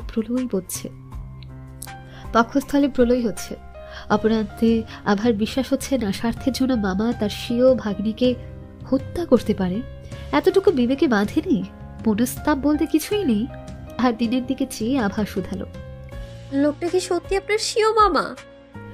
মামা শব্দটা কর্ণপাত হতে আর দিনের গণ্ডস্থল হতে বক্ষস্থল পর্যন্ত বিষাদ বাড়িতে সিক্ত হয়ে উঠল। অতি দীক্ষিত হলে এটাই সত্যি লোকটা তার মামা, তাই মাথা নাড়ল। অর্থাৎ তারই স্বীয় মামা। প্রত্যুত্তর করার মতো কিছু অবশিষ্ট রইল না আভার কথা ঝুলিতে। আর দিন বেশ সময় নিয়ে নিজেকে ধাতস্থ করল আর বলল, অন্বেষা, মামার সম্পর্কে কাউকে যখন কিছু বলনি তখন আর বলার দরকার নেই। মা বাবা যদি সকালে জিজ্ঞেস করে কেন অচেতন হয়ে পড়েছিলে, তখন কিছু একটা বলে কাটিয়ে দিও। বলো ভারী ড্রেসের সাথে এত কোলাহল সহ্য করতে না পেরে সহসায় অচেতন হয়ে গেছো। কেউ যাতে ঘুণাক্ষরেও আঁচ করতে না পারে সত্যিটা কী ছিল। বিশেষ করে তিনজন ব্যক্তি, মা বাবা মামা। মা বাবা অতি সত্যিটা নিতে পারবে না। আর মামা যদি বুঝতে পারে সেদিন সেই ঘটনাস্থলে তুমি ছিলে, তুমি তাকে দেখেছো, তাহলে তোমার ক্ষতি করতে বিন্দুমাত্র সময় নেবে না তিনি। যে ব্যক্তি নিজের ভাগ্নিকে নিজ হাতে মারতে কুণ্ঠাবোধ করেনি, সেই ব্যক্তির পক্ষে সবকিছু সম্ভব, সবকিছু। আর তোমাকে আমি হারাতে চাই না। একজনকে তো অনেক আগে হারিয়েছি, যা করার আমি করব। তুমি ওই নিকৃষ্ট লোকটাকে দেখে যতটা সম্ভব নিজেকে স্বাভাবিক রাখতে চেষ্টা করো। যে তিক্ত সত্যটা তুমি জানো সেটা ধামাচাপা দিয়ে তার সাথে মামা শ্বশুর সুলভ আচরণ করবে, তাকে কখনো বুঝতে দেবে না। আমরা সব জানি, আমরা যখন শত্রুর সম্পর্কে অবগত হই তাকে সুবিধা অসুবিধা দুটোই বিদ্যমান। সুবিধা হলো আমরা জেনে যাই আমাদের কাছের শত্রুটিকে, তখন তার আসল পরিচয় আমাদের কাছে আয়নার মতো পরিষ্কার থাকে। স্বার্থ রক্ষার্থে সেই মানুষটি কতটাই হিংস্র হতে পারে সে সম্পর্কে পূর্ব ধারণা থাকে। তার বিরুদ্ধে গোপনীয়ভাবে কিছু করলেও তা জানতে পারবে না। এটাই আমাদের মেইন প্লাস পয়েন্ট। অসুবিধা, শত্রু যখন বুঝতে পারে তার অপরপক্ষ তার সম্পর্কে অবগত, তাকে চেনে জানে, তাহলে নিজের পথের কাঁটা সরাতে যে কোনো পদক্ষেপ সে নিতে সর্বদা প্রস্তুত থাকে। তারা চায় যে কোনো মূল্য তাদের পথ পরিষ্কার করতে। সেটা যদি নিজের আপনজনের মৃত্যুতেও হয় তাহলে তাই শ্রেয়। কথাগুলো বলে আর দিন কিছুটা বিরতি নেই, আবারও বলতে শুরু করে, মার থেকে নিশ্চয়ই শুনেছ আমি জাঁকজমক কিছু পছন্দ করি না। সেখানে এত অতিথি, এত আয়োজন করার কথা স্বপ্নেও ভাববো না। আমার এই কথাটাই শুনে হয়তো ভাবছো তাহলে আজ এত বড় আয়োজন কেন করছি, তাই তো? আভার সাথে সাথে মাথা নাড়ায়। আর দিন তা দেখে বলে, আমি মাকে সত্যিটা বলতে পারিনি, কারণ আমি আজ যা জানতে পারলাম তা যদি মা জানতে পারতেন তাহলে খারাপ কিছু হয়ে যেত। তুমি আমার অর্ধাঙ্গিনী, আমার শরীরের অর্ধেক অংশ তুলল, আমার আত্মার অর্ধেক। তাই তোমার থেকে কিছু লুকানো আমার সাধ্যের বাইরে। আমি তোমার থেকে কিছু লুকাতে চাই না, এই জন্য শুধু তোমাকে সব খুলে বলেছি। তোমার জন্য এত কিছু করা, হ্যাঁ তোমার জন্যই, তোমার প্রতিক্রিয়া দেখার জন্য। স্পেশালি যখন ভরা অনুষ্ঠানে মেঘের সেই খুনিটাকে পুনরায় দেখতে পারবে তখন কি করবে সেটাই দেখার জন্য আমাদের এত আয়োজন করা। আমাদের বলতে আমি সিয়াম প্ল্যানটা করেছিলাম কিভাবে মেঘের খুনিকে তোমার সামনে আনতে পারি এবং তুমি তাকে দেখে চিনতে পারো আর আমাকে বলতে পারো। এ আমার সঙ্গে অফিসে। স্যার, মেঘের মৃত্যুর রহস্যর সমাধানে কত দূর এগিয়েছেন? আগের জায়গাতেই স্থির রয়েছে সিয়াম, তুমি তো জানোই। সব কিছু বললাম। গতকাল অন্বেষা শপিং মলে মেঘের খুনিকে দেখেছিল। চোখের সামনে অপ্রত্যাশিতভাবে লোকটাকে দেখে মাথায় অতিরিক্ত চাপ সহ্য করতে পারেনি। জিজ্ঞাসা করেছিলাম নাম বা আমাদের সাথে লোকটার কেমন সম্পর্ক সেসব কিছু জানে কি নাও, কিন্তু বলতে পারেনি। বলে আমি তার নাম জানি না বা তার সাথে আপনাদের কি সম্পর্ক সেটারও ধারণা নেই, কিন্তু তাকে কখনো দেখলে চিনতে পারবো। তাই ভাবছি কি করব, কিভাবে লোকটাকে অন্বেষার সামনে আনানো যায়। মাথায় প্রেশার ক্রিয়েট করো আর আইডিয়া বের করার চেষ্টা করো। কথাটা বলে আরদিন সিয়াম দুজনেই গভীর চিন্তায় ডুবে যায়। হঠাৎই আরদিনের কিছু মাথায় আসতে আইডিয়া বলে বেশ চেঁচিয়ে ওঠে। আরদিনের চেঁচানোতে সিয়াম কিছুটা ভয় পেয়ে যায়। বলে, কি পেয়েছেন স্যার? আমাদের বিয়ে হয়েছে কিন্তু রিসেপশন হয়নি। রাইট সিয়াম? এ আর এমন কি সিরিয়াস বিষয় স্যার? সময় পেলেন কোথায়? সবসময় কাজই কাজ। গাধা ছেলে, রিসেপশন হয়নি মাঝে বুঝাতে চাইতেছে আমাদের রিসেপশন হয় নাই। এখন যদি রিসেপশনের বাহানায় সকল আত্মীয়দের একত্রে করা সম্ভব হয় তাহলে আভা তাদের মাঝে সেই লোকটিকে কোনো না কোনোভাবে দেখতে পারবে। তখন তার প্রতিক্রিয়া নিশ্চয়ই স্বাভাবিক থাকবে না। কালকের মতো চাপ সহ্য করতে পারবে না, অগত্যা ওভার রিয়াক্ট করবে। এমনও হতে পারে একবার যখন অচেতন হয়ে গিয়েছে দ্বিতীয়বার হওয়ার চান্স আছে, তখনই যা করার করতে পারবো। আর দিনের কথায় সিয়াম বেশ আশ্চর্য হলো। বলল, সত্যি তো? সেটা তো আগে ভাবিনি স্যার। আপনার প্রশংসা করতেই হবে। ম্যাম নিশ্চয়ই কিছু না কিছু করে ঠিক আমাদের সাহায্য করবেন, কিন্তু অনুষ্ঠানের পুরোটা সময় ম্যামের দিকে দৃষ্টি রাখতে হবে আমাদের। রিসেপশন কখন করবেন স্যার? এ মাসের শুরুতে সম্ভব নয়, শেষের দিকে করবো ভাবছি।